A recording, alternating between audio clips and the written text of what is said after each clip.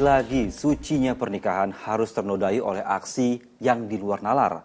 Belakangan kian banyak penganiayaan yang dilakukan suami terhadap istrinya, bahkan sampai tega menghabisi nyawanya.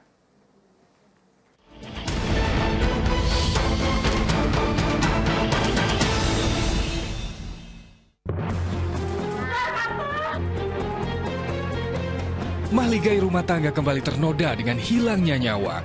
Di Kabupaten Humbang, Hasudutan, Sumatera Utara, seorang suami sampai hati menghilangkan nyawa sang istri. Bahkan yang lebih menyayat hati, aksi keji itu dilakukan di depan mata si buah hati.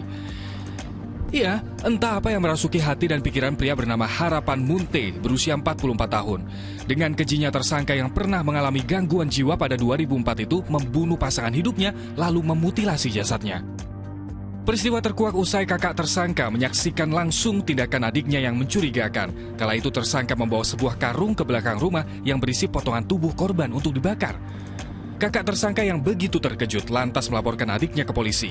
Bahkan, bak tanpa rasa bersalah, tersangka sempat mendatangi kakaknya itu dan mengatakan pembunuhan yang dilakukan. Motif sakit hati melatar belakangi pembunuhan ini. Tersangka berdalih kesal karena sering diperlakukan kasar oleh korban. Sebenarnya belum berlama, namun akhir-akhir ini sering kita temukan dengan transaksi pelaku sering menutup diri dalam arti dengan komunikasi dengan tetangga sudah kurang.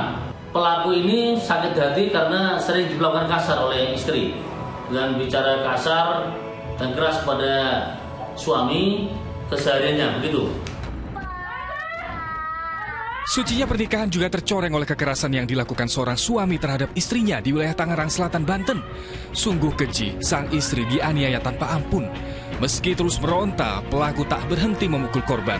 Aksinya itu bahkan dilakukan di depan sang anak yang terus menangis melihat kelakuan ayahnya. Para tetangga yang bereaksi akhirnya mengepung Tarmin. Pria itu segera diamankan polisi agar tak menjadi sasaran amuk massa. Suami siri korban yang dinikahi sejak 2005 lalu itu berdalih cemburu dan menduga korban berselingkuh.